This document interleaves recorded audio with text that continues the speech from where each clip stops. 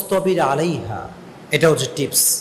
ওয়াস্তবির আলাইহা, এবং এর ভেতরে তুমি দায়েমি প্রসেসটা ইউজ করো, অর্থাৎ অলওয়েজ তুমি তাকে দাওয়াত দিতেই থাকো আনটিল ইয়োর ড্যাথ।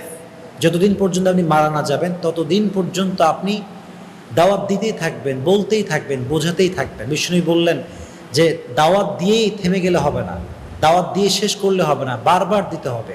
এটাকে কন্টিনিউয়াস প্রসেসে এটাকে আপনার কন্টিনিউ করতে হবে।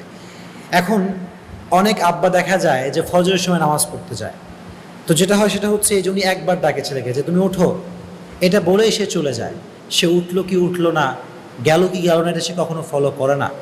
কিন্তু মনে রাখতে হবে এটা কখনোই সন্তানের জন্য কল্যাণ হবে না, আব্বার জন্য কল্যাণ হবে না। ইভেন আম্মারাও দেখা যায় যে সন্তানকে একটা বিষয়ে বোঝাতে গেলে একবার বলে, কিংবা দুইবার বলে, বা তিনবার বলে, এর বেশি আর বলে না।